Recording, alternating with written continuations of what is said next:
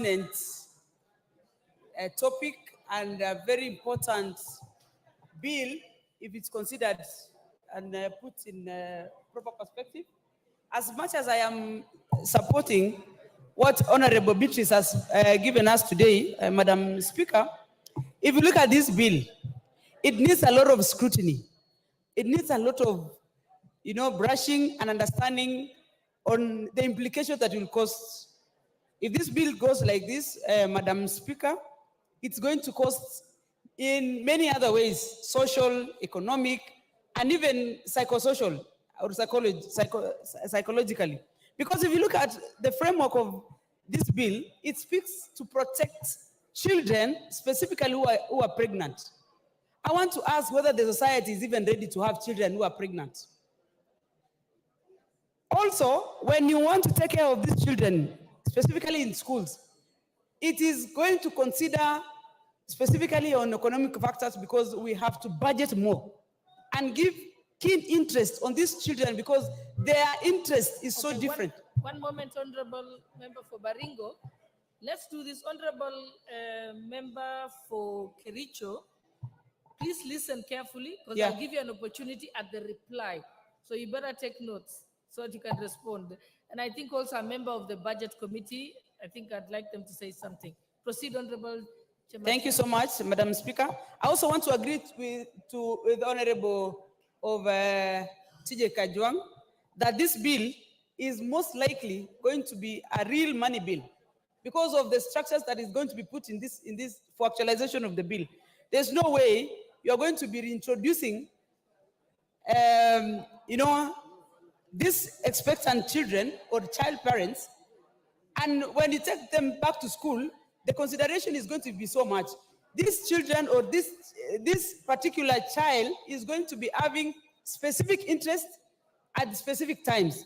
Also, even in the society, if you look at whether we will want to really consider having children and entertaining pregnancies in school.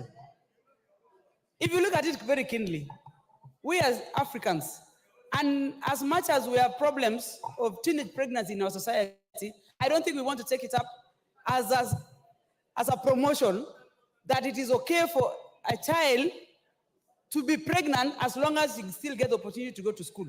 This way, we are going to erode most of the morals in the society, in my opinion, because as much as I would not mind, or I will still encourage the child to go back to school, but it is not going to be, honestly, a good idea to encourage these girls to be pregnant just because they are able to go back to school. And more so, there will be those children who are working so hard to be very disciplined and complete their schools without necessarily being pregnant, and we will most likely be disadvantaging and in another way infecting these other ones who are keen to finish school without being pregnant. And again, we will be allowing a lot of indiscipline. If you look at most of these children, because as a women rep, I take I pay most of school fees for them. Their performance in school is very wanting because of the distractions that they get into society. You cannot be a mother and a student at the same time. If you ask me, this bill needs a lot of brushing. We will probably, I don't know whether we will ask the mover to withdraw and reintroduce it again so that we take time to understand and be able to help this bill make a very important impact in the society. As much as I support, I would really ask my colleague, we sit back and probably brush it properly so that we can have a better bill going forward. Thank you, Madam Speaker. Thank you. The Honorable Member for Suba North, Honorable Millie Odhiambo. Thank you, Madam Speaker. I don't know if you're giving me the opportunity to speak or to inform the member because she has already sat down. I just saw you on the intervention button. Oh, I was seeking to inform the member, but she has already sat down. But you can proceed to inform the House. Well, I was just informing the honorable member because from the way she was talking, she seems to infer to persons below 18 years who have had children as though they are voluntary mothers. It's actually cases of sexual abuse. It is presumed anybody below 17 years who has a child is a victim of sexual abuse because they cannot consent legally to sex. So we are actually talking about an abused child in this thing. Thank you very much. I know, Honorable Millie, we've been in the trenches together with Cradle, fighting for the girl child and abused children. So I understand where you're coming from. I will also allow the member, and I think the member for Baringo is properly informed. I will allow the member from Mombasa, Honorable Zamzam Chimba.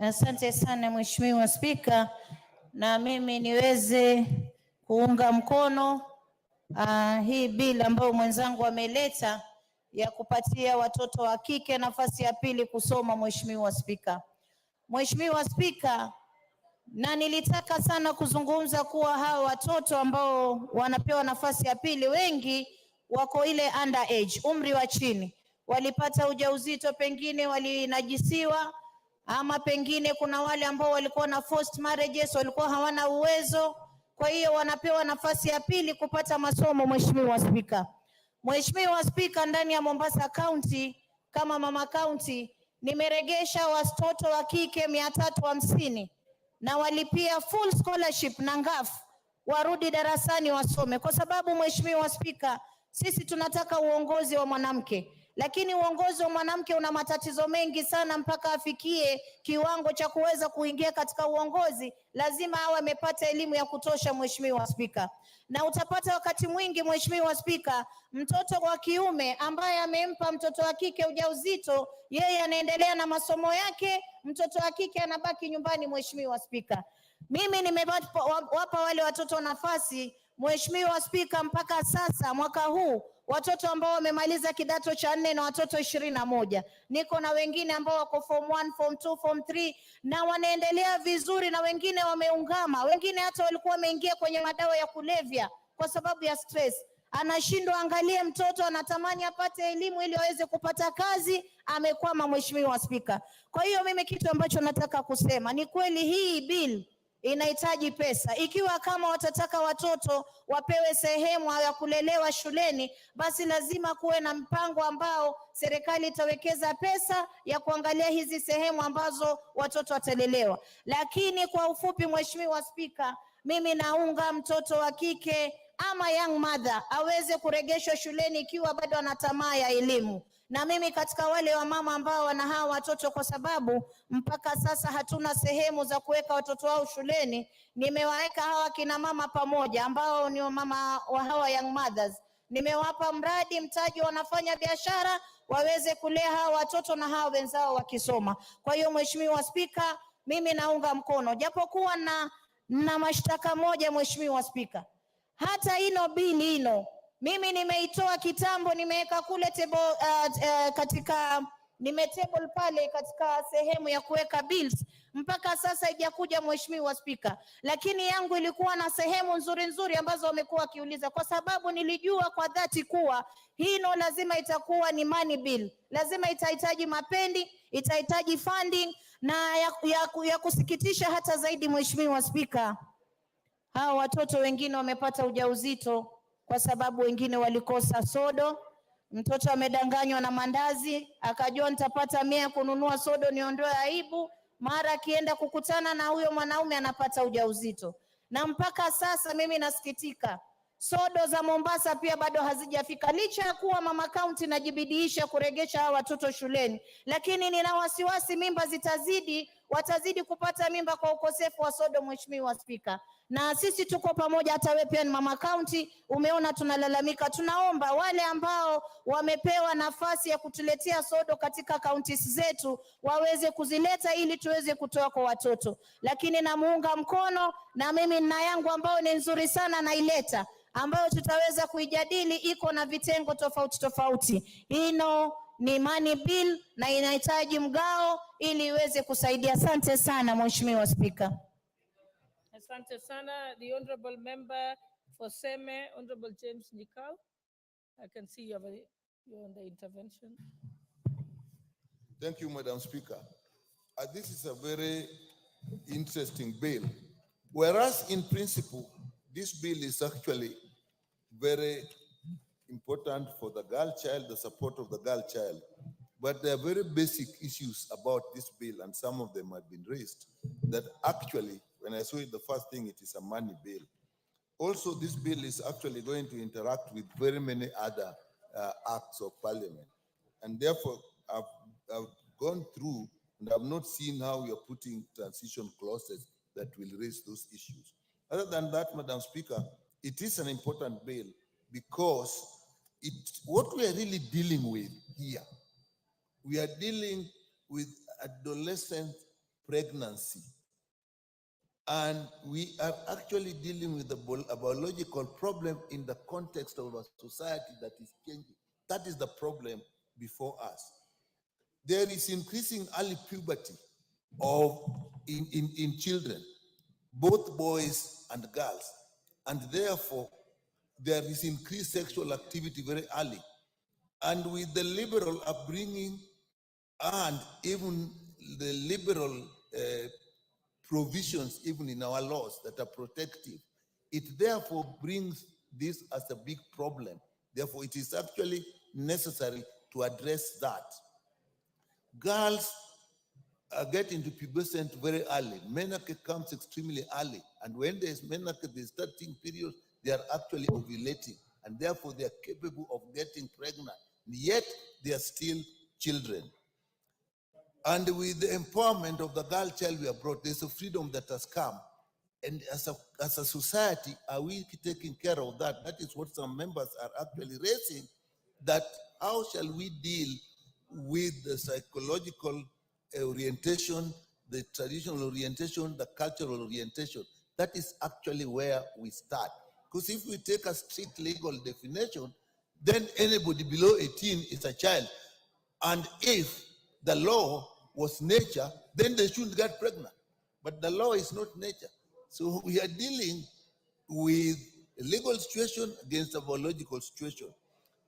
And these children will actually need a lot of psychological support, even if before we start thinking of education. And if they get pregnant, the impact is huge, both physiologically, physically, mentally, and even in their development, because some of them actually get pregnant before maturity of their organs. That's a big problem. So, and if you look at development, the greatest developmental impact will be in on the education. They cannot go on with education. And I think this is where this bill is camping.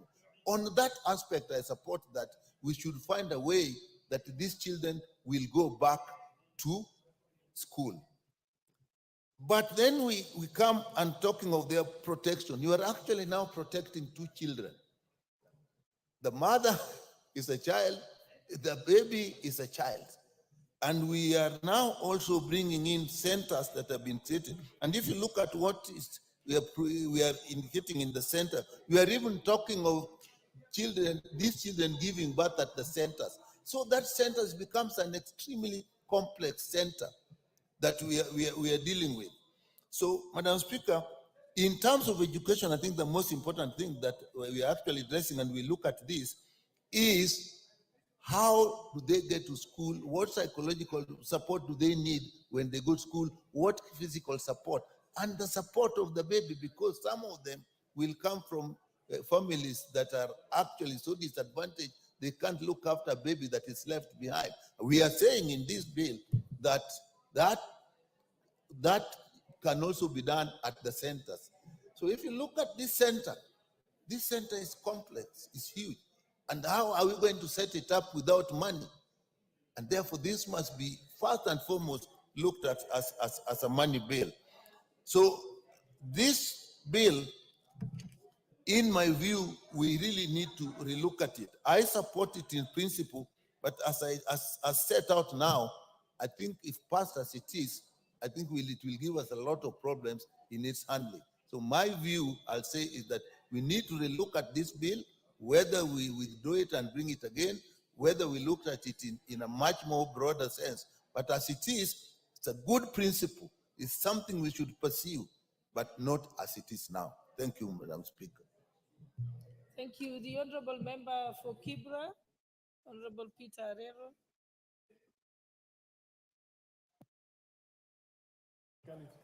Thank you, Madam Speaker. I just want to add my voice on this bill. And I think all the bills which come to this House should always pass through the Budget Committee. And when they pass through the Budget Committee, we have them either designated as money bill or not money bill. But what is most important is about how it is assumed that under 17 years is a child. I support this based on our current law. I remember, but culturally, when we were young, like myself, my mother was married at 17 years, and see how healthy I am. She gave birth to 7 healthy men and 3 healthy ladies. So just as my colleague Dr. here is talking about 2 children, sometimes our culture makes our young girls to be married under our cultural norms. I would know where you come from. Sometimes the Wazes will always say that their daughters be married because of certain circumstances. But in the eyes of the law, I know that it is assumed that anybody under 18 is a girl, a child. But I support the bill because it is going to enrich our cultural values. It is going to enrich our society and will take care of our young girls. Otherwise, I support the bill. Honorable Member for Dagoretti, I can see you on the intervention button.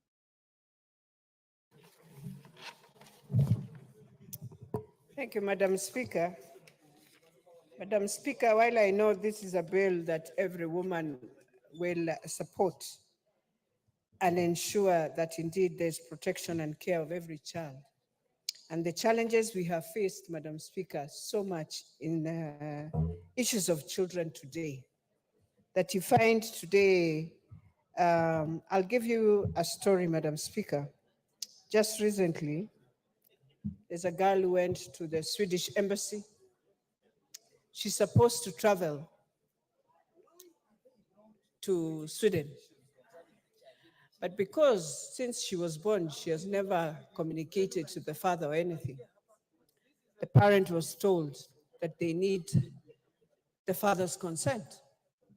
Or she goes to court and the mother to file a sole custody of the child. So you realize in such things, you need now the law to be very clear, especially for Kenyan children, because we can't also enforce parents or husbands when they leave their wives that you need to fight.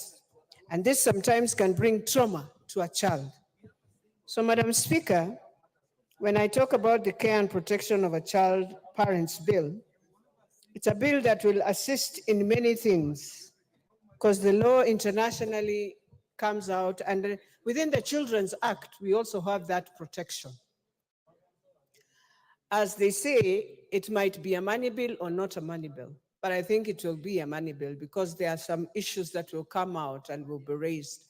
So that, Madam Speaker, also we have to look at it. But this is a very important bill that every woman in this House must support this bill, because it's going to help very many families that are finding themselves in this challenge. And also you find that children who are in orphanages, Madam Speaker. So a child has lived in an orphanage, let's say her whole or his whole life. But then you realize when they come to the age of 17, they will want to now start, what's my identity? And those are some of the things we are saying. As you bring in care, both parents must agree. And if a child will also come out and say, I have never seen you as a father or a mother, and they decide the parent that has taken care of her is that parent that has taken care of, Madam Speaker, then I'm hoping in the bill we are also trying to ensure we are safeguarding such children. That yes, you have a biological parent, but that parent never bothered about you. And so you went and found a foster parent who has taken care of you as a parent. In fact, nobody even knows whether this is your parent or not your parent. That is what the bill should be also addressing, because we have very many children today who are in that scenario. Madam Speaker, this Senate bill, co-sponsored by Beatrice Kemei, is also a bill that needs now to look at the different laws that we have for children, and so that we don't find ourselves having an overlap. So when you go to court, the judge is supposed to read the Children's Act, but remember always the Constitution now takes present, and you have to ensure it's the principal law. And so how do we ensure we don't find ourselves in a court where now you have to quote so many laws for children to get their rights? So I think as we debated, it will be very important for us to also look at those amendments and see whether we can bring in our own amendments also to enrich the bill more, so that it takes care. If we are taking care and protection, then it protects the child. How do we ensure also it protects a child who is a minor, but has also gone through a lot and is now in a juvenile court and needs assistance? Because I've realized, and I'll give an example, even though he's beyond a minor, this young man who just decided to beat a policeman. But nobody questioned whether this young man has had his own trauma, has gone through a lot, is a child either who has a single parent and is unable to understand what he's going through. But we cascade, and it's something we are doing very much to many children today as they grow, and they are becoming more radical and more aggressive in their lives to protect themselves. So as we talk of care and protection of a child, we must also address the issues of parents in that, and that if indeed a parent at a point that you have not stayed with your child for more than 10 years, then you can't just walk into this life and say, now you have arrived. There must be a process. That process has to be well stipulated within the bill, Madam Speaker, and therefore I beg to support. Thank you. The Honorable Member for Kisauni. Asante sana Madam Speaker kunipa fursa kuweza kuchangia mswada huu. Nichukue nafasi pia kuwaombea nafasi ya pili wale watoto wetu wa kike ambao wanapata ajali ya kuwa na ujauzito. Ni vyema asiachwe nje, apewe nafasi aweze kurudi, aendelee na masomo yake. Na vile vile mswada huu unaelekea kwamba utahitaji fedha, kwa sababu ikiwa itahitaji kwamba kuwe na majengo ya kuweza kuangalia watoto katika shule hizo, itahitaji fedha, na ikiwa itahitaji fedha ni kwamba huu mswada utachukua muda mrefu sana. Lakini Mheshimiwa Zamzam ameleta mswada ambao utakuwa rahisi kwa kuwalinda watoto wetu wa kike. Kwa hivyo imekaa tu pale kwa table office, haikuji. Hiyo sioni shida, sioni tatizo liko wapi. Na hiyo ingetuletea njia rahisi ya kuwasaidia watoto wa kike. Yeye Mheshimiwa Zamzam anasaidia, ameonyesha anasaidia watoto zaidi 350 kule sehemu ya kaunti ya Mombasa walipata ujauzito. Kwa hivyo tunaomba kwamba hiyo yake iharakishwe iweze kuja. Na vile vile watoto wetu wa kike tunasema mjistiri, ndio watoto wetu, msije mkapata hii mambo ya mimba za mapema, haziwasaidii. Kwa hivyo mimi Madam Speaker nimesimama kusupport kwamba watoto wa kike wapewe second chance, lakini pia wajistiri ili wasije ili jambo likawa la mazoea. Na hii yote sababishwa na mgokaa. Lakini tunawatakia kula la heri. Mungu awabariki, waweze kujistiri ili waendelee na masomo mpaka wafike vyuo vikuu. Asante sana Madam Speaker. The Honorable Member for Marakwet West. Thank you, Honorable Speaker. Honorable Speaker, I rise to support this very progressive piece of legislation, that is the Care and Protection of Child Parents Bill 2023. Honorable Speaker, this group of parents, what you call child parents, have for a long period of time been neglected by the society. Honorable Speaker, it is time that their fundamental rights are taken into account in order to protect them. Honorable Speaker, these are parents who are below the age of 18 years. These are parents who have born children at that particular age. Honorable Speaker, this group of parents have suffered discrimination and abuse from the Kenyan community. Honorable Speaker, this bill, of course, when it comes to second reading, I will propose certain amendments that will go into the substance of the bill. Honorable Speaker, this bill further goes to provide what you call counseling and support services for those children for those mothers who have born children below and are below the age of 18 years. Honorable Speaker, this element of counseling and support is very, very vital and important so that we nurture that young parent. Honorable Speaker, also the issue of confidentiality. Under clause 14 of the bill, it provides very clearly that every case of a child who falls pregnant in an institution of basic education and training shall be handled by the management of the institution in a manner that ensures confidentiality. These young children who are parents, when they get pregnant at a young age, normally they're embarrassed, they are cajoled, and it is time that their rights are protected and the issue of pregnancy be made confidential. Honorable Speaker, under clause 15 of the bill, this is an area that we must look forward and propose an amendment to it.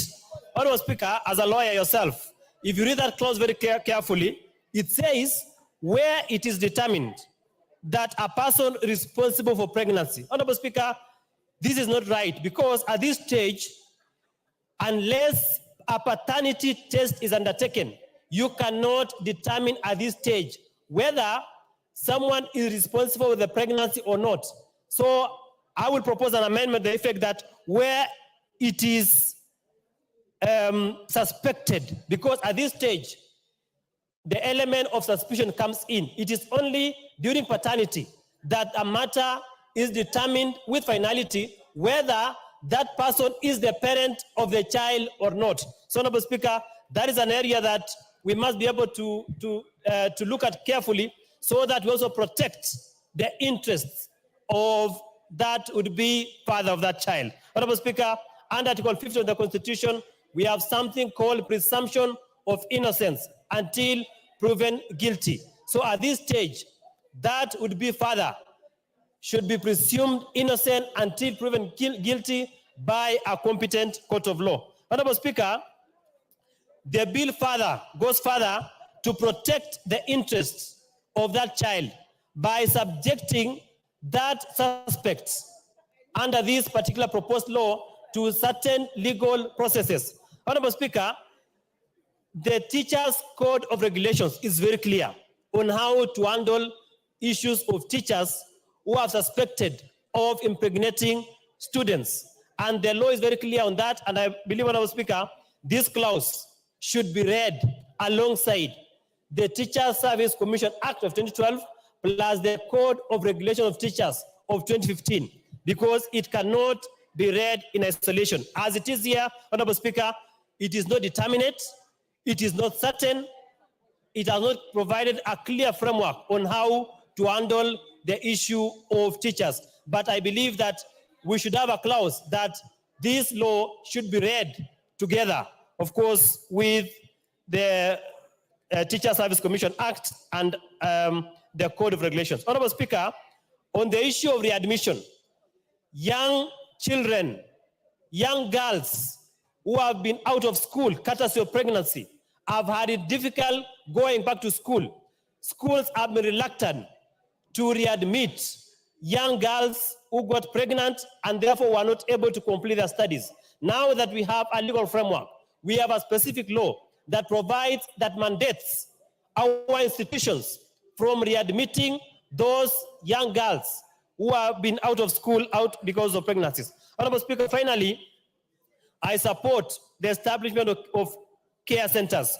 Normally, most parents are not willing to embrace. When I say parents, I mean the mother of the child parents are not at times willing to take care of these young children who have been born. So, Honorable Speaker, the issue of caregivers is very important, is very vital, so that children born by young parents, or what you call the child parents, can be taken care of by the care centers. So, Honorable Speaker, this is very progressive, and I support this bill, and I call upon the members of parliament that when it comes to the second reading, let us give the necessary amendments and pass the bill as it is. Thank you, Honorable Speaker. The Honorable Member for Tindiret, Honorable Julius Melly. Madam Speaker, I rise to support this bill. And I want first of all to commend the co-sponsor and the Senate for coming out with such a very progressive bill, more specifically and tailored to the parent-child. Madam Speaker, many people in this country do not know the existence of parent-children, and these are children who are underage, who are actually less than 18 years, and they are as young as 10 years old. Madam Speaker, this bill seeks to really bring into perspective who a young parent is, or who is a child parent.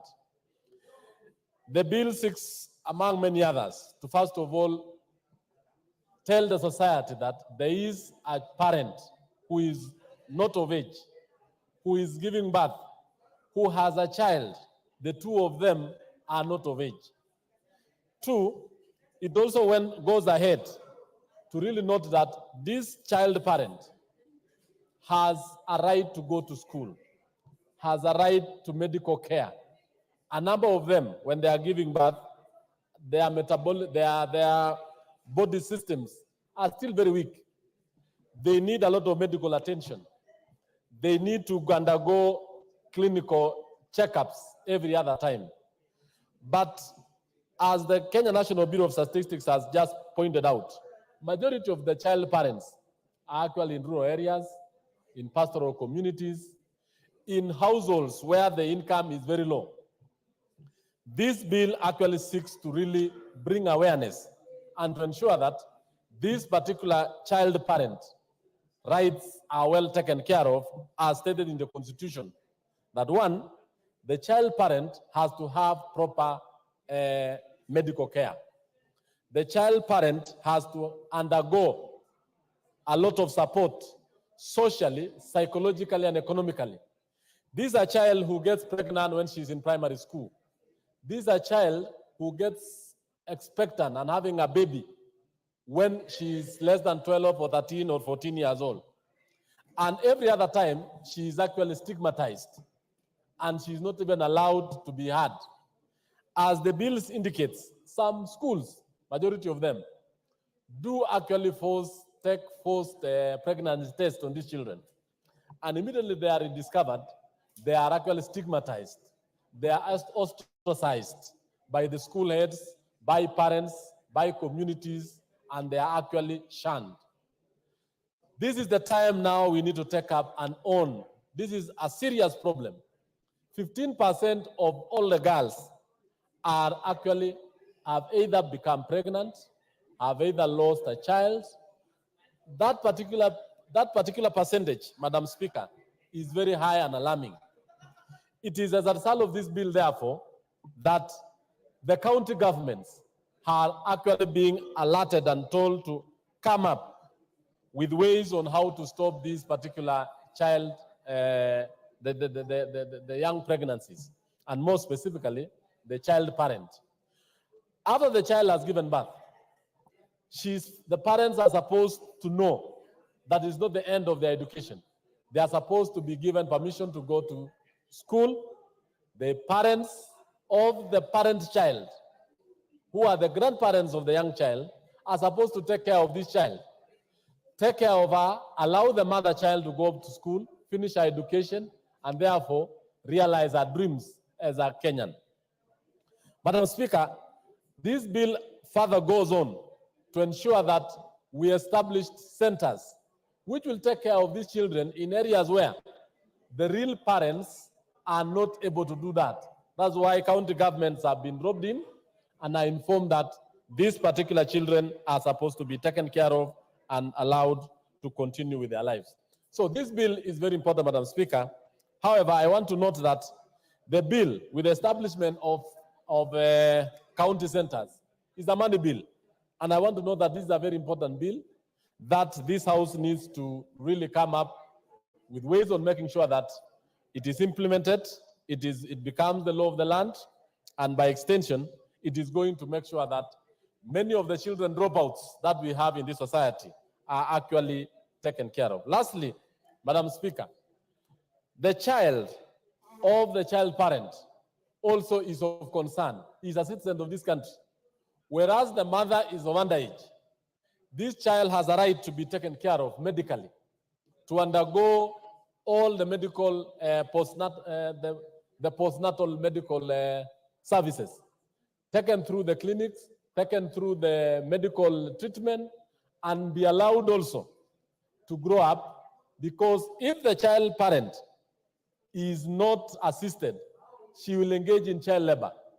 And by extension, her child or the child of the child parent will now not have the necessary services of good health, going to education, and even going to preschool. So this bill is actually good for us, and I ask the House to support it. I thank you, Madam Speaker. The Honorable Member for Narok North, Honorable Agnes Pareo, and the Honorable Members, I'm allowing members to ventilate on this issue because we shall not rule on the issue raised by Honorable TJ Kajwang of Ruaraka today, but until we get the feedback and notes from the Budget Committee. So I'm hoping that Honorable Kemei, member for Kericho, you're taking notes, and then we shall be able to put the question at that time. But right now, let's just allow members to ventilate. Honorable Member for Narok North. Thank you, Madam Speaker, for giving me this opportunity to add my voice to this bill. And this is a bill that takes care or looks into problems that our young girls below 18 go through after dropping from school as a result of pregnancies. And this is a subject that is in my heart because I do rescue these girls and I know what they go through. These girls, after involving themselves with the early sex, they find themselves pregnant, and some of them are confused and don't even know who they are, and they don't know where to run to. Because some of these parents don't take responsibility of taking care of these girls. So there is need to have a bill like this one that will make sure that has provided to provide a framework for the protection of the rights set out under Article 53, 1 and C and D of the Constitution in relation to child parents. Because these girls become parents, yet their age is not enough for them to take care of these girls, their children, because they are confused. And the bill will provide a framework through which the expectant girl child and a child parent can realize their rights to education and at the same time ensure the care and protection of his or her child we need to offer education to these girls because education is power.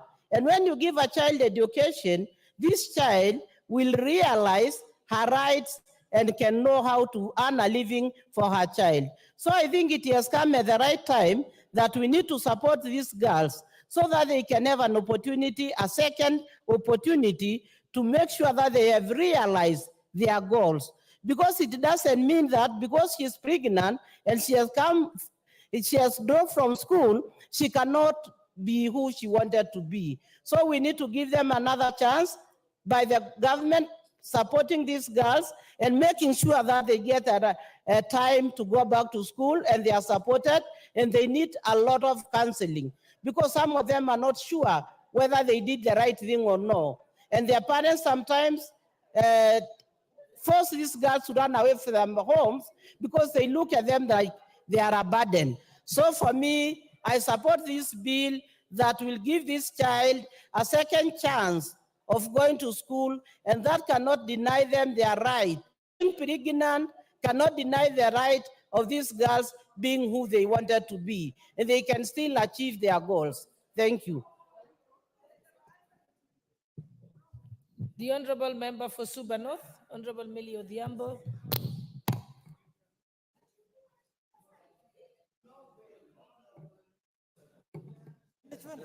Thank you, Madam Speaker, for giving me this Honorable opportunity. Rosa, please allow Honorable Millie Odhiambo to speak. Madam Speaker, there's just a lot of excitement. Much obliged, Madam Speaker. Madam Speaker, there's a lot of excitement in relation to ongoing issues relating to the finance bill. And as you know, our party is having a parliamentary group meeting. I know that your party had a parliamentary group meeting in the morning, and I'm sure the party will give a position after that, but I'm glad at least people are listening to Kenyans, which is a good thing. Madam Speaker, I just want to say that in principle, I support this bill, but I just want to point out some certain issues around it.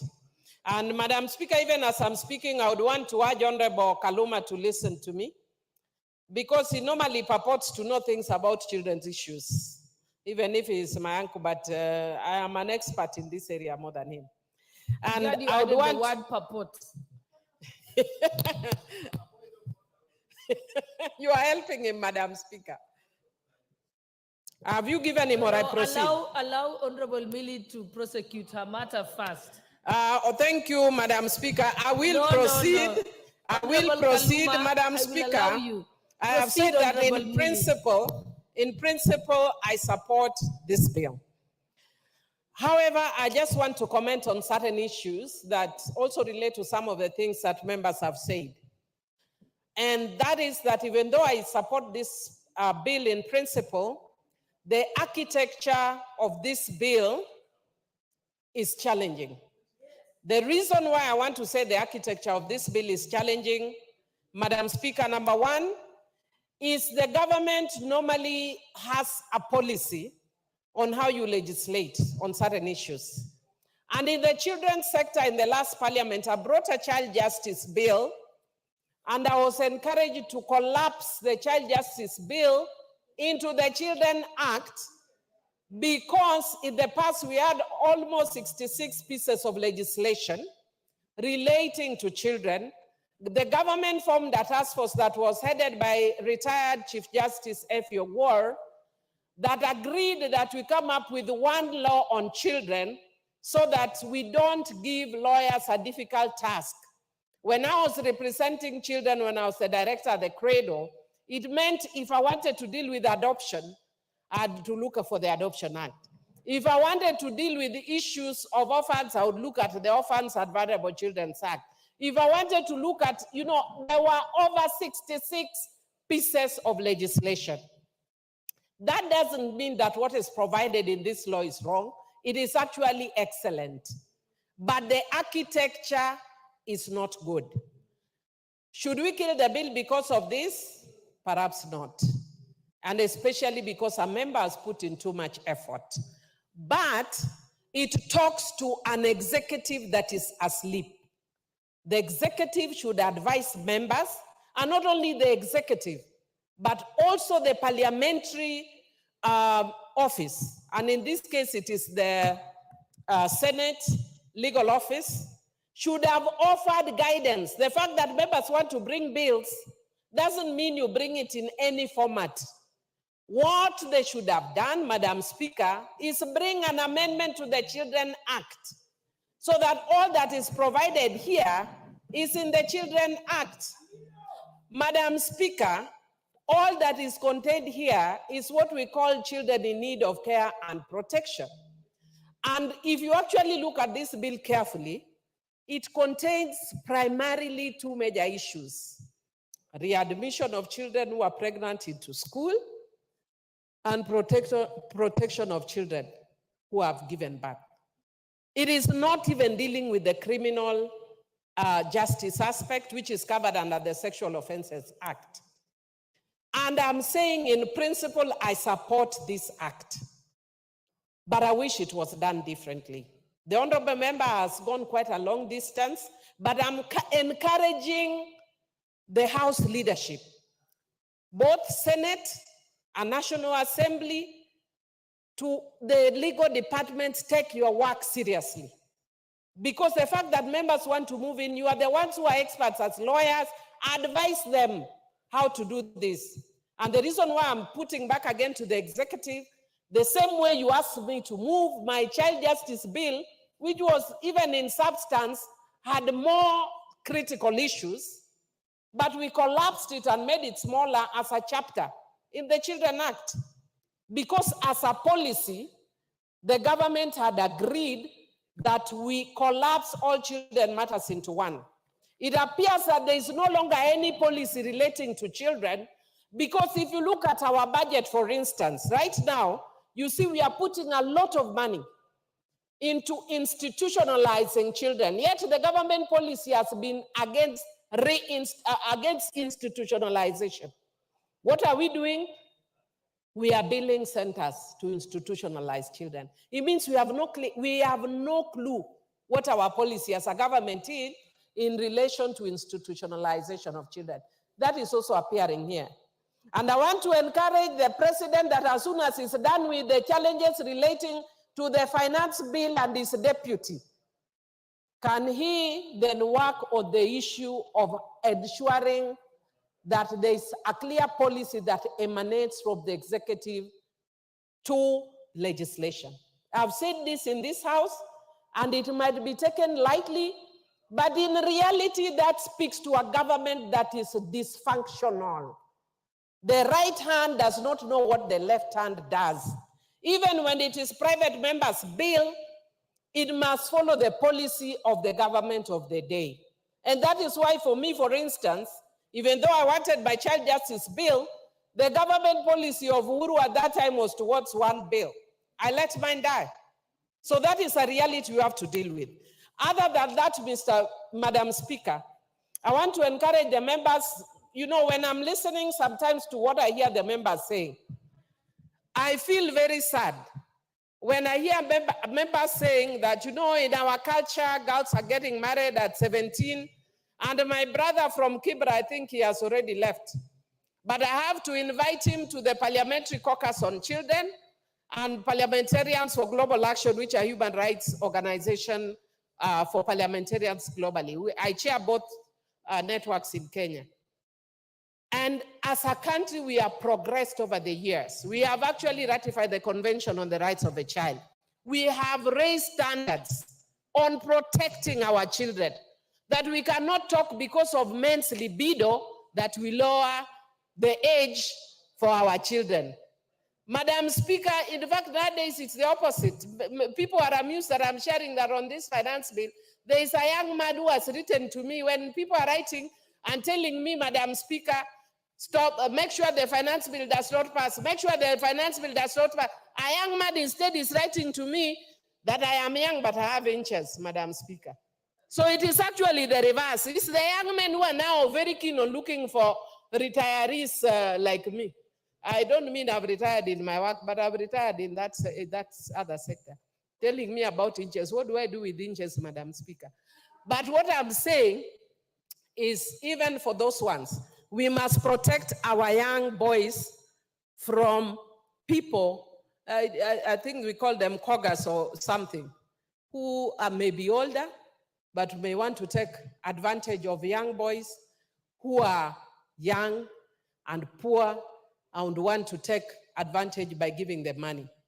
But in this instance, when a girl is below 18. A boy is below 18. We presume that legally they cannot have sex. And the only challenge we're having under the Sexual Offences Act is ensuring that when they have sex with each other, we treat them as children in need of care and protection. But this is actually dealing with a civil issue emanating from a criminal act. And so, because of the honorable member who has put in so much effort, I will support it, but I would wish that the architecture was done better. I would have spoken more, Madam Speaker, but because of time, just ask those, some of us who are experts in these areas, we can help you and support you. I support, but I wish we would change the architecture, and I'll bring amendments in relation to some of the issues I've seen herein. Thank you, Madam Speaker. Thank you, Honorable Millie Odhiambo. And I think the Honorable Member for Kericho, Honorable Kemei, I hope you're taking notes. This is a very important issue on the architecture, and I think it's something that can be discussed at the committee level.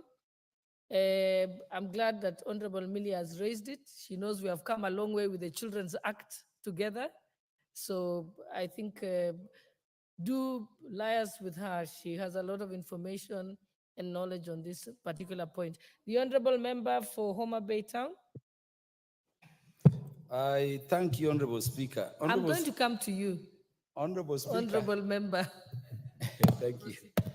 Honorable Speaker, it is in very rare occasions that we agree with the Honorable Millie Odhiambo, who is my niece. But Honorable Speaker, today I agree with Honorable Millie Odhiambo, except where she says I purport to know a lot about children's matters. Honorable Speaker, had intervened because unknown to Honorable Millie, I was taught by the Honorable Speaker law. The one area of law you specialized in at the University of Nairobi and you taught me was the subject of children and the law.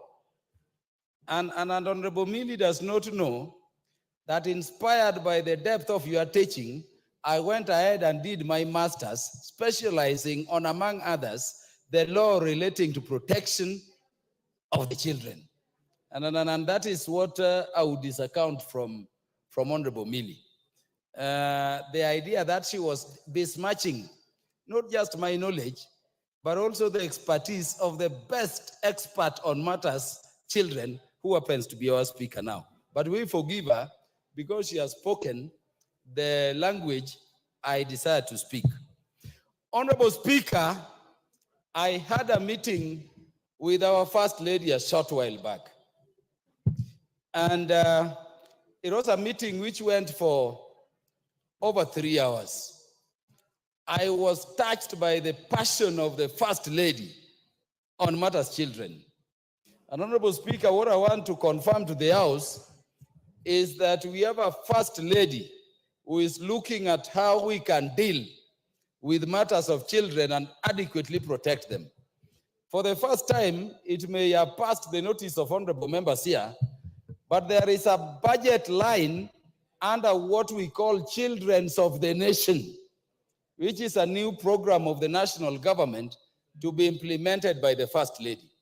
And the Children of the Nation program, Honorable Speaker, remember our First Lady was previously focused on women, Joiwa and others. The First Lady is henceforth going to be very focused on matters concerning children. And I was confirming to the House that when you looked at our budget lines very clearly, you saw an item called Children of the Nation program under the office of the First Lady. And that I'm saying this, Honorable Speaker, to confirm that matters concerning children are matters which concern the leadership of our nation, and more so our current mother of the nation. Honorable Speaker, you would also remember the speech of His Excellency the President at Safari Park during the launch of the G7 to G16 caucus. The President requested that we focus on the matter of teenage pregnancies, early marriages, FGM, and all those consequences. I'm happy the First Lady picked it up And of course, I want to thank Parliament for budgeting for it so that we can take it seriously. Honorable Speaker, leaving that background aside, let me now speak to the matters you taught me. Honorable Speaker, this bill is very good in substance. And I can tell you, I'm very happy we are having clear framework in terms of how we need to establish, these child care centers, both at the county and how they should be supervised. I can tell you in Bomet a short while back, you remember somebody calling himself a philanthropist opened a children care center somewhere in Bomet. And what was happening there was that our children were being sodomized. Our children were being affected. And this is happening in so many institutions around. The minister, under whose docket matters children, fall, has said times without a number, Honorable Speaker, that a time has come when we need to consider whether we will need childcare institutions established by government and abolish these other ones, or what should be done. In fact, she recommended abolition. But Honorable Speaker, beyond the substance, let me say, this bill must be rejected by the National Assembly. Not because it provides or it makes bad provisions, but because it is not rightly placed. It is not rightly placed. Honorable Speaker, before we came with the current Marriage Act, we had a marriage law providing for Hindu marriages. We had a marriage law providing for civil marriages. We had African Tradition and Customary Marriages Act. We had the Muslims were under their Sharia law. And with your advice and teaching, you said, let us collapse all these laws into a single law dealing with marriage, so that even for practicing lawyers and for anybody who want to make references to know what the law in Kenya is about marriage, you pick the Marriage Act and all those forms and modes of marriages will be provided for there. Honorable Speaker, it is in that light, you remember, in the last parliament, I think it was in the 12th parliament, that we had the original Children's Act, but we had other issues concerning children in various piecemeal laws. And we made a decision, therefore, to collapse all these laws to the current Children's Act. It's a very comprehensive law. I'm therefore requesting members of the National Assembly that we don't want to go back to a situation where instead of going into the Children's Act and picking a single statute, and it will be your Bible or Quran on all matters affecting children, which is the ideal position in terms of proper legislation and even legal practice across the world, you want to take us to a situation where we have the Children's Act dealing with all issues concerning the children. You go to the Constitution, Article 53, you read it, you leave it there.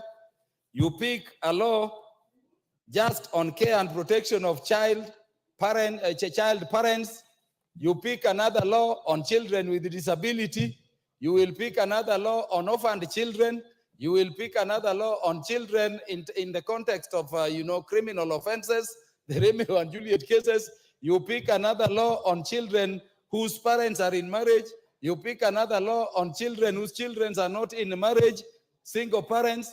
We cannot go that way. And that would be the pathway, Honorable Speaker, to confusing the body of law relating to children. I therefore want to speak, and I know the mover is keenly listening. We want to send the mover to go and tell the proponent of the bill in the House of Senate that this is not about the merit of the bill, but we are rejecting this bill so that these good and noble provisions can be picked and an appropriate amendment brought into the Children's Act, and so that consistently we have one comprehensive law which speaks to all matters concerning children. Honorable Speaker, Honorable Millie has spoken to the issue of policy, and it is very important.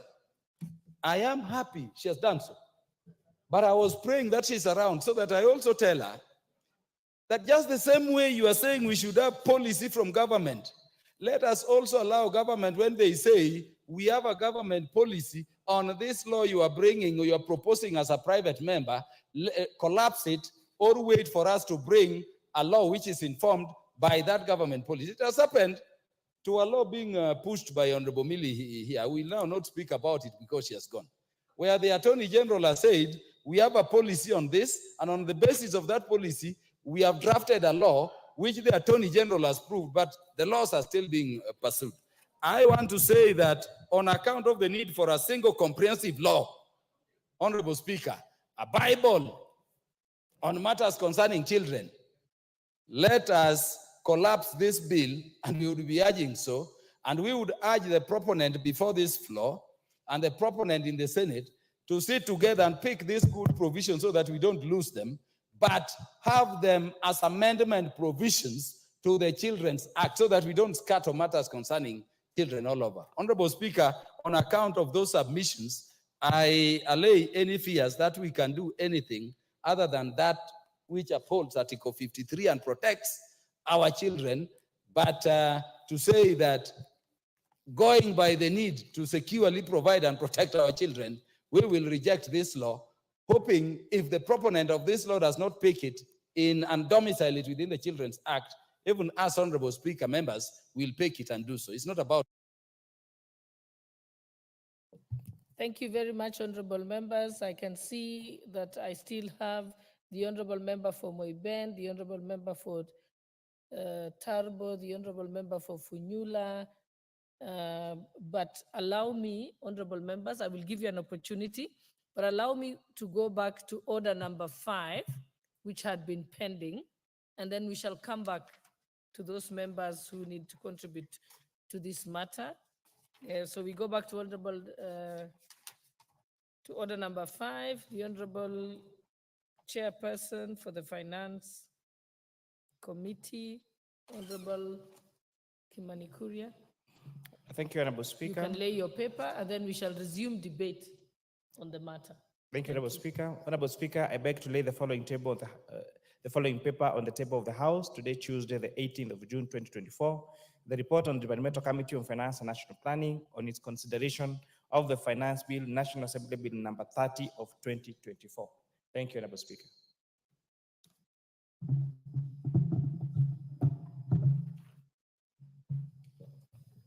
Thank you. I think, honorable members, we can now resume debate. The honorable member for Funyula, we shall resume debate, and then we shall proceed to the honorable member for Tarbo, then the honorable member for Moiben.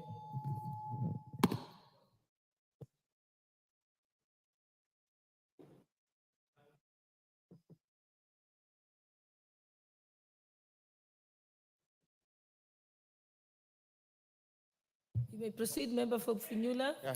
Thank you, Honorable Speaker, for this opportunity to also contribute on the Senate bill, the Care and Protection of Child Parents Bill 2023. And I do so, Honorable Speaker, first of all, as a father of girls, and also a father for very many other girls. I also do so that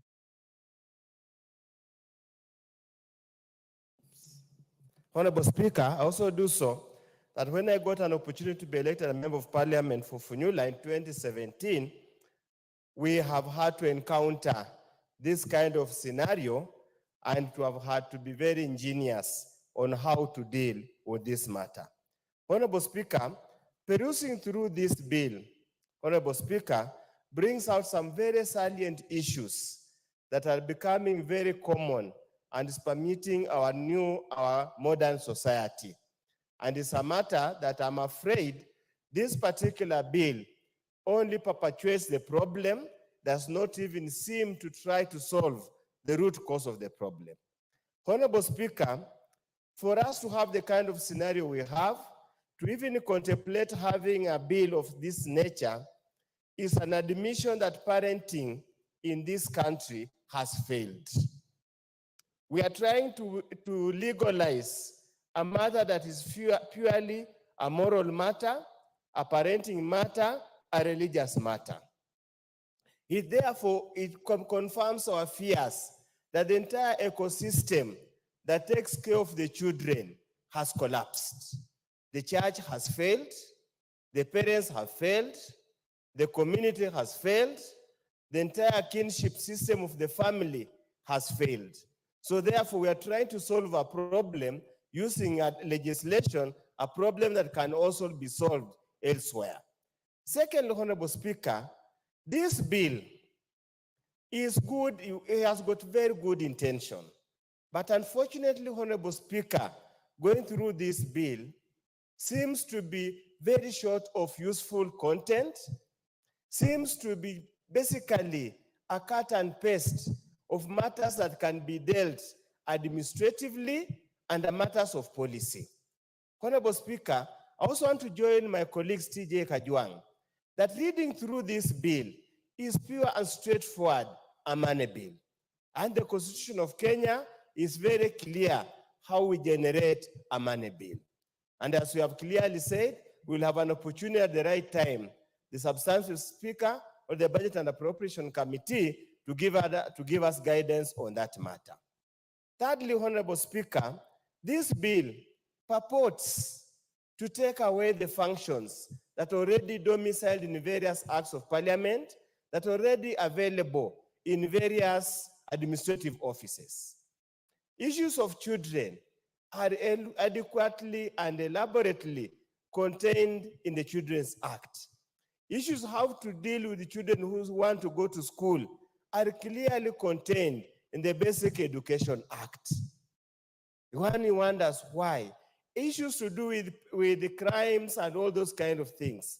Some already dealt with in the Sexual Offences Act. Some already dealt with the Penal Act. I do not know what intention are we going to create. Are we going to create another problem that does not even exist? Honorable Speaker, I am a Catholic, and our Catholic faith and way is very clear.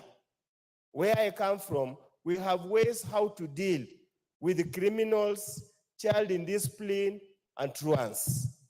This is a matter. The honorable ladies who are here, the fathers who are here, to allow the state to cringe in your area is an admission of a failed society. It's a matter we can deal with at society level. Honorable Speaker, a danger looms in this bill.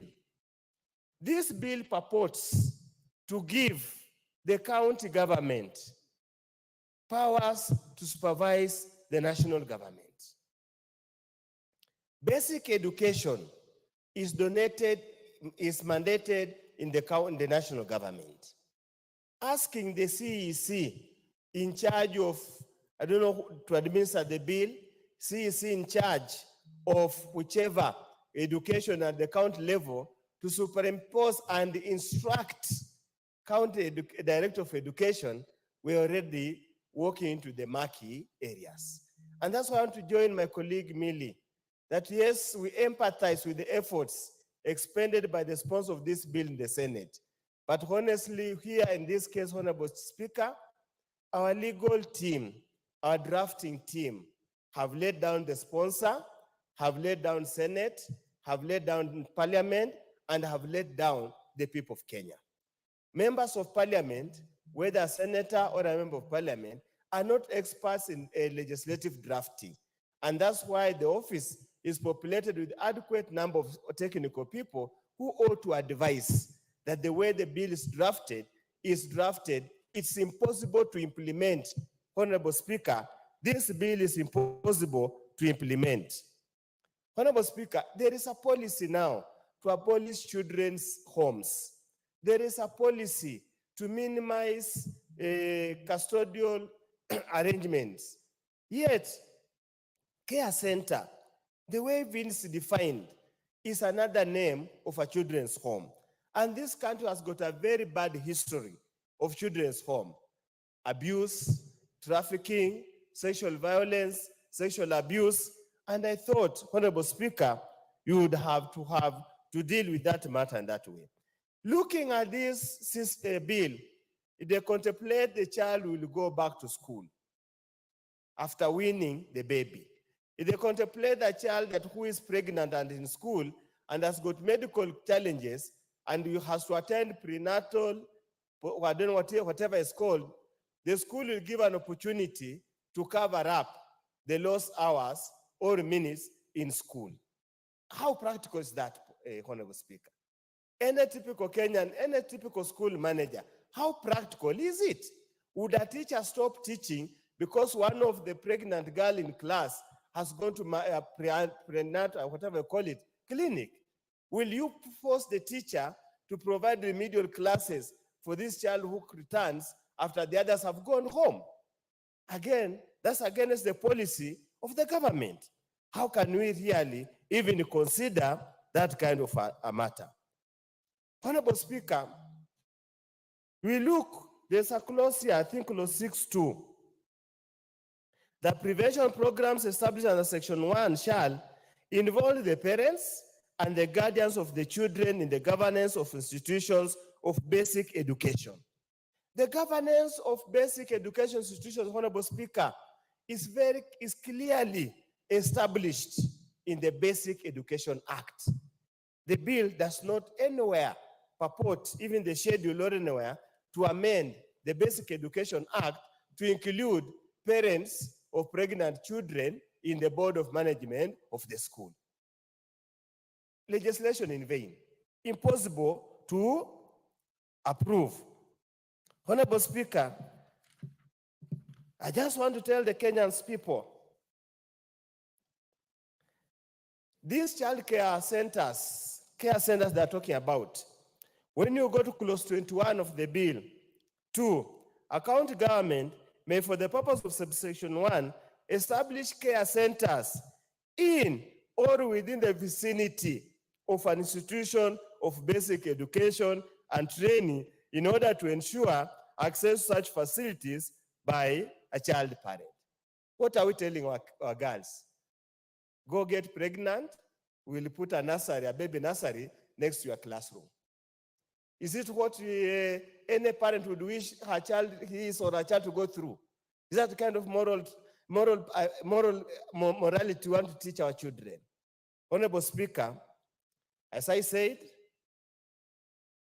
the intention is good. What's your point of order, Honorable Bayer? Okay. The intention is good. I can see where the drafter is coming from. Probably has also grappled with the case of second chance, how the kids go back to school. But honestly speaking, this is a legislation that ought not to have come here. This legislation should have gone to the Children's Act and basically made amendments to the Children's Act, gone to the Basic Education Act. Then the case already provided a child shall not be discriminated against on whatever ground. It's already covered for. And you, Honorable Speaker, those of us who are MPs know that children in our places, when they get unfortunate and become pregnant, they are admitted back to school. We do not need any policy. Actually, already a policy exists. So, Honorable Speaker, I'm always very constrained. I feel sad to oppose a private member's bill. But for this, allow me to oppose, and if it proceeds to the next level, we'll bring amendments that might be a worthless piece of paper. Thank you, Honorable Speaker. Honorable Bayer, since you said you don't have a point of order, allow me to allow Honorable Phyllis Barto and then yourself to speak if you want to contribute. Yes, you can speak after her. Thank you, Madam Speaker, for giving me the chance also to add my voice on this bill. And I would like to congratulate the Member of Parliament, Kericho, for taking this bold step to bring this bill. Madam Speaker, children, especially when they are not catered for, they become very vulnerable. And more so if the parents or if the people who give birth to the children are also coming from another background, vulnerable background. So we have a child who is from a vulnerable, and the child is also vulnerable.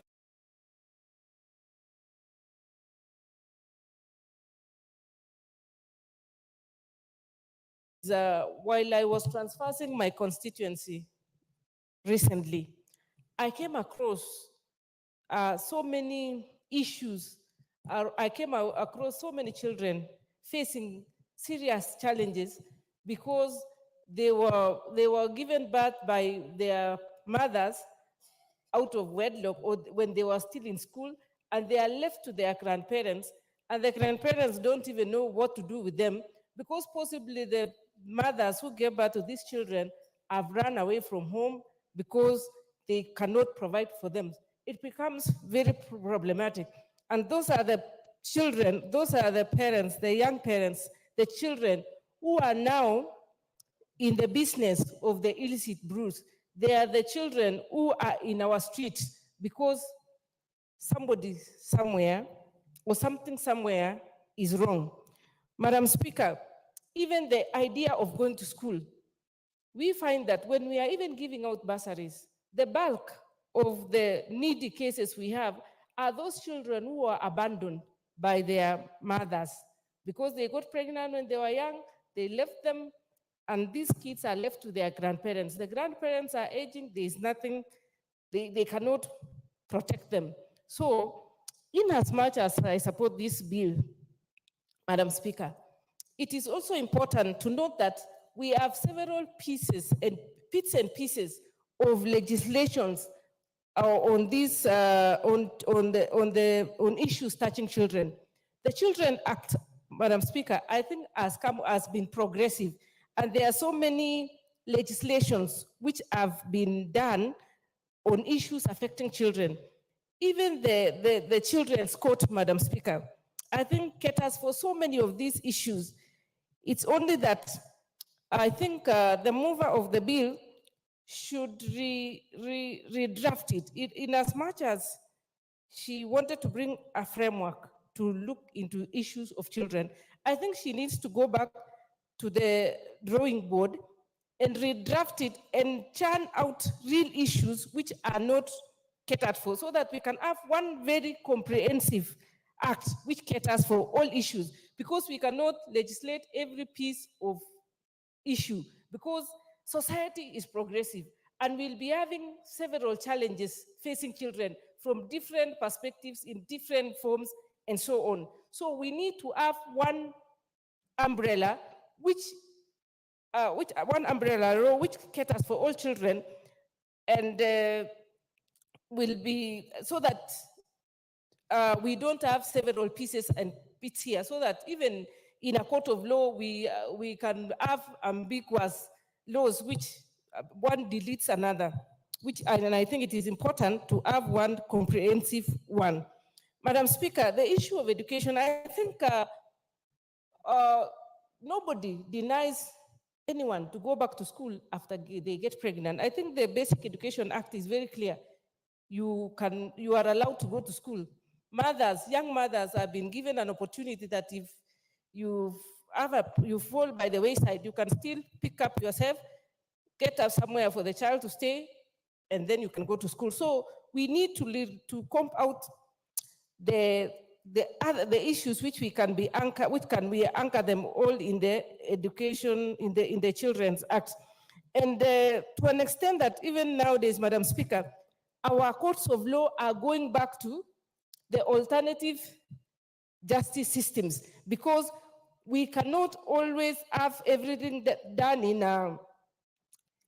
a court of law, but it is providing frameworks for people to sort out issues,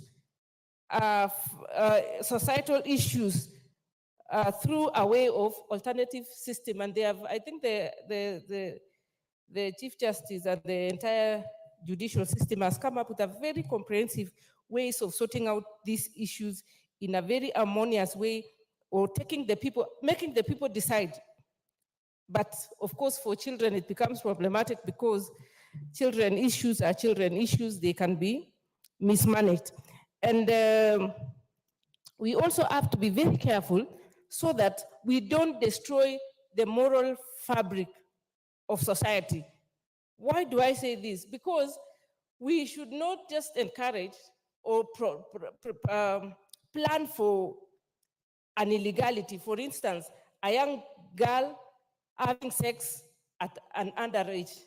I mean, that one, there's also a provision in law for that. So we shouldn't be so, we shouldn't look into it so much to an extent that now we go back and destroy the moral fabric. We love people just getting young girls getting pregnant, and because they know the child will be protected, the child will be taken care of, the child will be taken to a center, a care center, a child will be provided for in terms of medication and so on, to an extent that we forget that morality is also important. And it should be very clear, it should be made very clear that when you are a child, when you are a student, sex is a no-go zone. Wait until you are of age, go to school until you are done with your school, and then the rest comes. I mean, you do the right thing at the right time. But in an event that there is an accident, it's accidental, that you got a child when you're underage, or you are defiled, or I mean those which are accidental, then now we can look at such issues, but should be provided in an umbrella Children's Act, so that we don't have bits and pieces of legislation dealing with this issue. Today somebody else will come to bring another bill on another aspect of the Children's Act, another one. So we should just have one umbrella. Thank you, Madam Speaker, for giving me the opportunity. Honorable Member for Kilifi North, Honorable Baya. Thank you very much, Honorable Speaker. Honorable Speaker, issues and matters of children are very delicate and complicated, therefore must be handled that way. And when we bring in a lot of legislation, pieces of legislation on matters children, we continue to expound the problems that bedevil children. That said, Honorable Speaker, I want to thank the mover of this motion, the co-sponsor of this motion, Honorable Beatrice Kemei, and I want to congratulate her for being one of the very few members of Parliament to bring a fresh bill into Parliament. A lot of us have brought amendments, but here she is presenting a whole bill into the National Assembly. And I want to congratulate you for that effort, and ask you that as we speak here and as many people contribute, please take notes so that you can improve on that. But congratulations on that feat. Secondly, Honorable Speaker, sometimes we might handle simple situations in a more complicated manner and handle complicated situations in a simpler way. Why am I saying this? Some of these issues have already been legislated, and some of them are policies that are out there. For example, when a child gets pregnant, a girl gets pregnant after she delivers, she can go back to school. That is given, and that is practical, and that is happening. Do we need to legislate on that? Honorable Speaker, a lot of the things that are in this bill are things that parents should do. Do we want to legislate on what a parent must do, what he must not do? Are we not becoming superfluous in legislation? I know the Honorable Speaker is a renowned professor of law. And when we come and we speak matters of law here in this house, we have to be very careful. And that's what I'm trying to do, so that I don't offend a lot of the knowledge that is out there. But I also want to say this.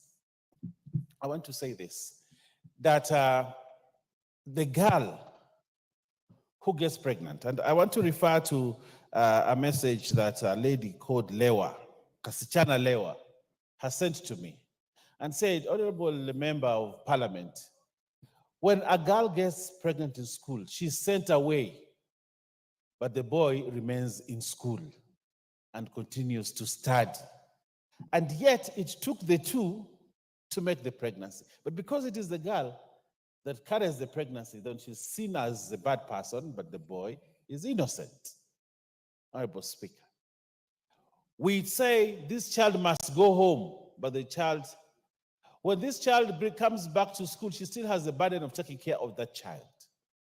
These are contradictions, these are things that we must look at. But Honorable Speaker, I have only one issue. When we legislate and make it law, what are we also telling the girls? It is legal to get pregnant at school. I don't know whether that is, it's okay. It's okay, because if you know, I'm a father of daughters, proudly, I'm a father of daughters. Now, when you're a father of daughters, then daughter, if you say, hey, please take care of yourself, don't get pregnant at school. My daughter, being clever, she'll tell me, but you see, Dad, the law provides that if I get pregnant, I can still continue to school. So why are you stopping me from getting pregnant? So these are some of the interesting things that we need to look at. The issues of morality, the issues of legality are things that we must look at as we legislate on matters children. My caution, Honorable Speaker, and I want to associate myself with the sentiment of the Honorable Millie Odhiambo. There are many, very many confusing pieces of legislation, and we need to bring this together. I'd rather that Beatrice, although I've congratulated her for bringing the attempt to bring in a legislation as this, but probably we needed to make amendments in the children so that we amalgamate a lot of these things into one act, so that at the end of the day, we have one piece of legislation on children that can easily be referred to in court, and lawyers can use it, and even lay people are able to read it and understand. Honorable Speaker, I have one thing that I must say here. What is the role of Senate as provided in the Constitution? What is the role of Senate? We're having now very many bills coming from Senate to the National Assembly. And some of these pieces of legislation that have come from the Senate to the National Assembly, they lose when they come to the National Assembly, because there is better and more robust scrutiny of bills here in the National Assembly. I do not think the drafters of the Constitution, Honorable Speaker, having been there, really, they wanted Senate to make laws, even within the realm that is not within, as defined in the Schedule 4, you know? But they have been attempting to do that. I have seen a lot of bills that are coming from the Senate in areas that are not theirs. The realm of primary schools and education is within national government. But then we have laws that are being made from the Senate and coming to this chamber that are actually of that nature. And yet there are so many things that must be done at the county level, but Senate ignores and does not want to deal with issues for which they were created. I want to tell the senators, we have many issues in the counties that require intervention. There are many things that must be done at the counties. Concentrate there. We are 349 members in this National Assembly. We can handle the issues that concern the functions of Schedule 4 for the national government. So, Honorable Speaker, this is a law that requires a better scrutiny. This is a law that requires us to look at it deeply.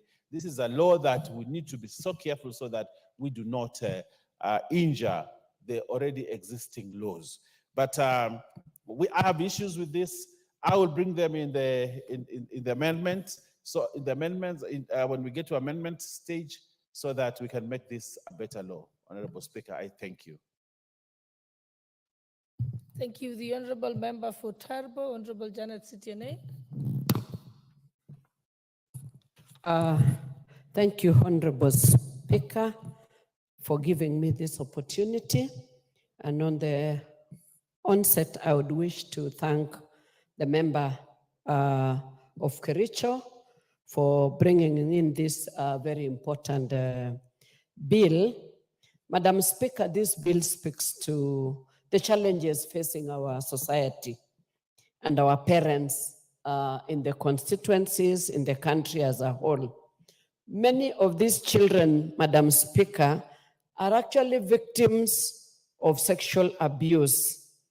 And majorly, you will find that these children who have dropped out and suffered sexual abuse are as a result of relatives, adults, border, and peers, and their own peers. And you find, Madam Speaker, that what the member is trying to address is that already we have a number of children who have dropped out. And as much as the Ministry of Education has accepted that children should go back to school even after they have gotten pregnant, it is also our responsibility that these children we must ensure that they get access to education and complete their studies. It is also our responsibility that once these children have fallen victim of this pregnancy, the government, we should take responsibility to provide prenatal care, to provide postnatal care to these children, as well as an education to this child parent. Because that child that has been born by this child parent is a future generation that we need to keep healthy, that we need to protect, because that is a future generation that we need to take care of. Madam Speaker, more important is that we should be looking for preventive mechanisms. How do we stop this vice? We need to identify the factors that lead to this kind of early pregnancy, early school dropout to our children, so that we address it. And of importance is that we should go out and develop programs and put programs in place for intervention measures to ensure that the number of pregnancies or dropout children should be reduced to the minimum. And that calls to the society. We need to sensitize the society, Madam Speaker, on upholding our moral values, on going back to the societal fabric and ensuring that we speak to the moral values and the societal fabric to prevent these particular vices, Madam Speaker. Madam Speaker, if you ask for statistics, you will be really shocked. And many of these children that fall victim to this sexual abuse and hence drop out of school, many of them are the children that fall victim as orphans through maybe HIV, fall victim as orphans and are taken care of by grandparents who are elderly and poor. So they are vulnerable children who actually fall victim of this vice. And therefore, Madam Speaker, I think our honorable member was trying to address these issues of preventing early pregnancies. And once it has occurred, that those that are already there should be catered for and protected and taken care of. Madam Speaker, as I conclude, I want to agree with Honorable Kaluma and the Honorable Leader that we actually need to harmonize these bits of legislation so that it is in one compact bill to address all the issues of our children and the parent children and the children of the parent children, so that it is all harmonized, and then we can take a complete care of society. But this does not stop us as a society, Madam Speaker, of going back and looking at what happened. Where did we go wrong? Where did the rain start beating us? For us to be able to have so many children dropping out of school and missing out on an education. But I thank the government because they have agreed that every child that gets pregnant should go back to school.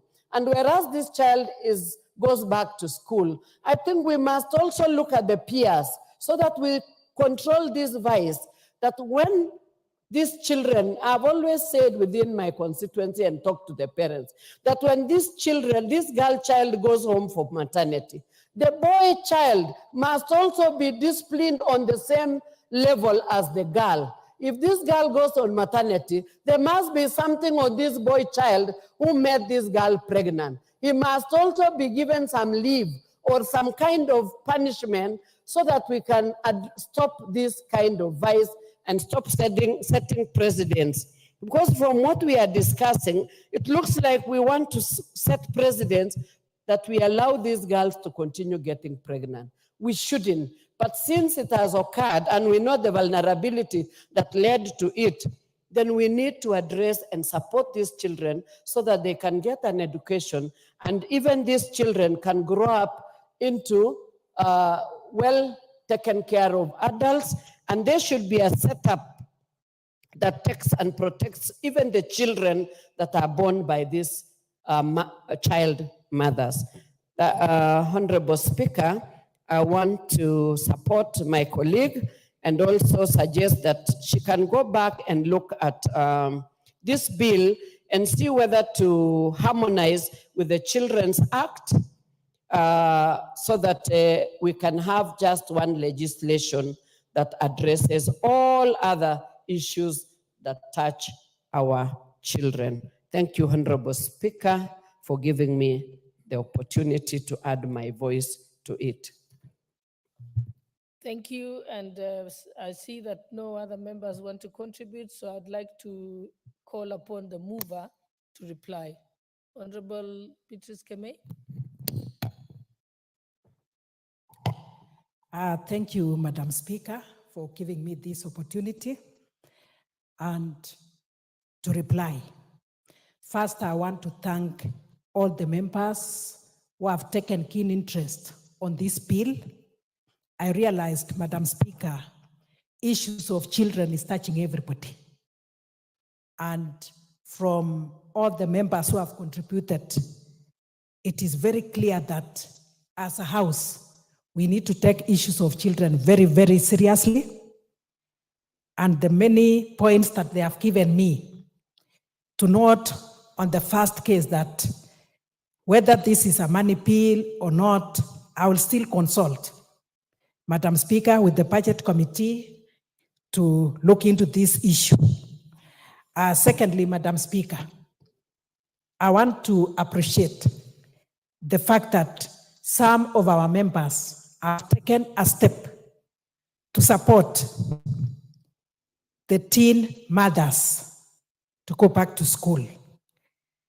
Honorable Samsam have said of the same. And I want to also be proud that from Kericho County, where I am, the woman rep, have taken back to school over 250 teen mothers. And the way members have spoken, just like what Honorable Janet has said, these are vulnerable children, Madam Speaker.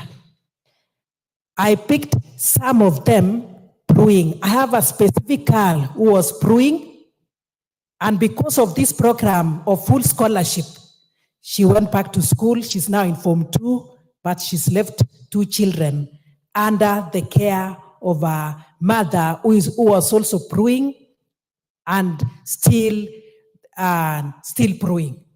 So this is one of the issues of concern, that these children giving birth to children also need to be supported. Some of these children run away from home, Honorable Speaker, because of the circumstances at home. Very vulnerable, very poor parents.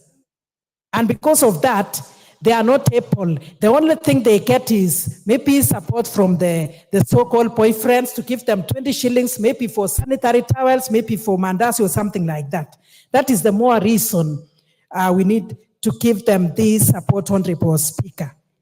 I would want to say that from all the members who have spoken, there is one thing that we all agreed: to allow these children to go back to school. Secondly, Honorable Speaker, to compress, maybe to have this bill incorporated in the Children's Act or issues.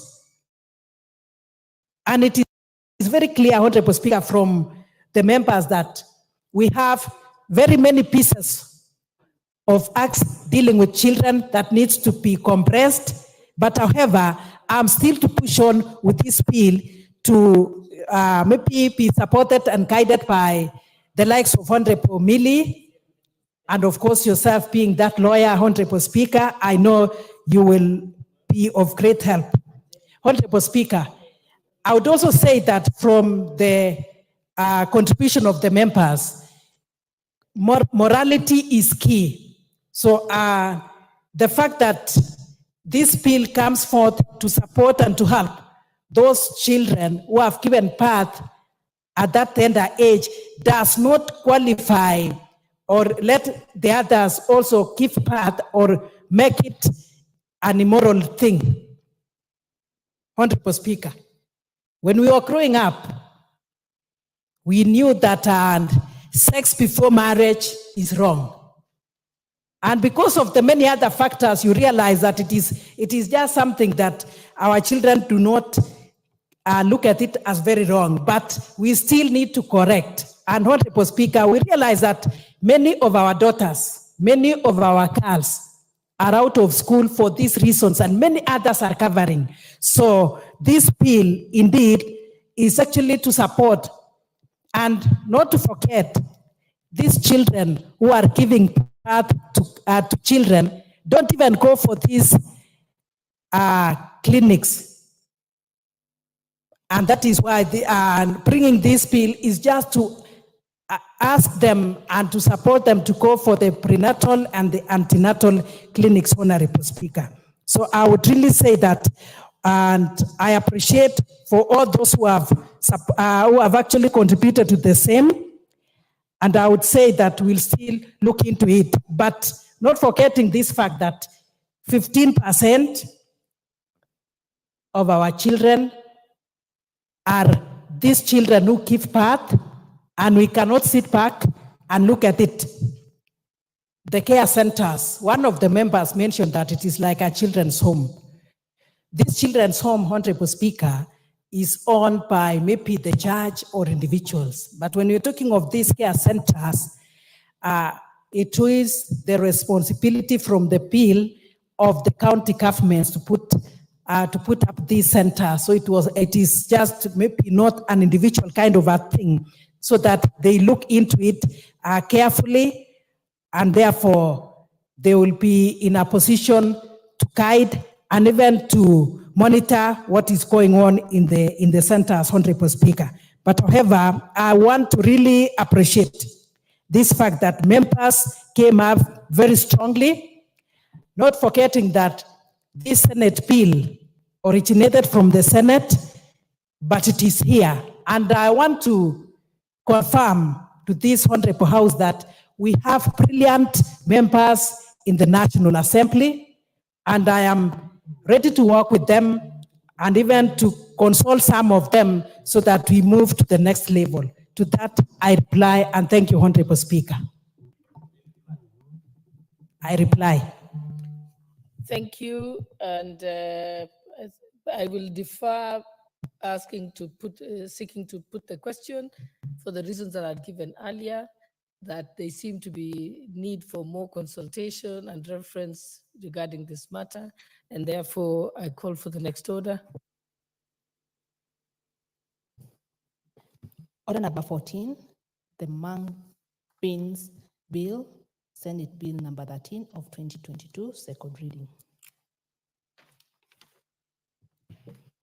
We also deferred that matter. The member who's sponsoring the bill had requested, because he had to go to another meeting, the Honorable Paul Nzengu. So let's move to the next order, order 15.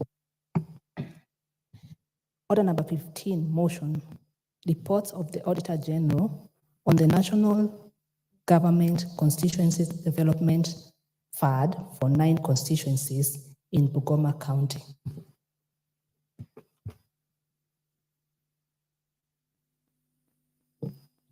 I think for the same reasons, we'll move to the next order. Order number 16, motion, public petition on funds spent contrary to the provisions of Article 223 of the Constitution.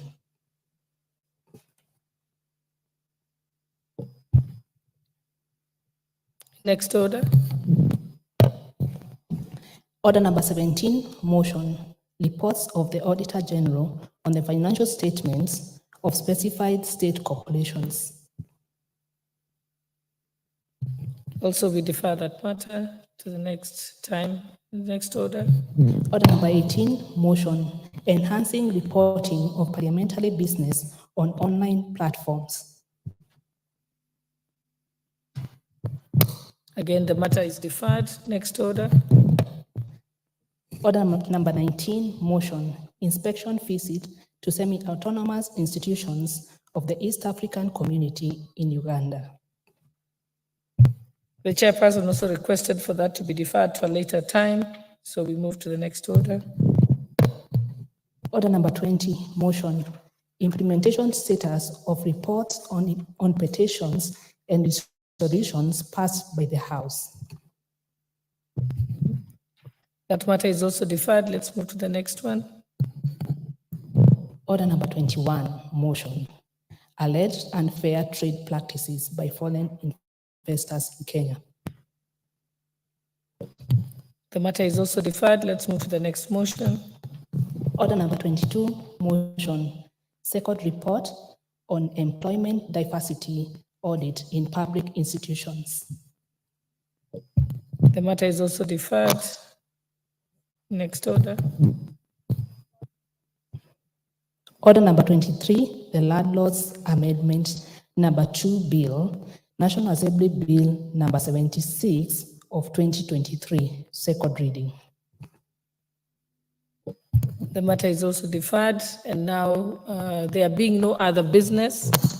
Honorable members, the time being 6 p.m., this House stands adjourned until Wednesday, 19th June 2024 at 9:30 a.m.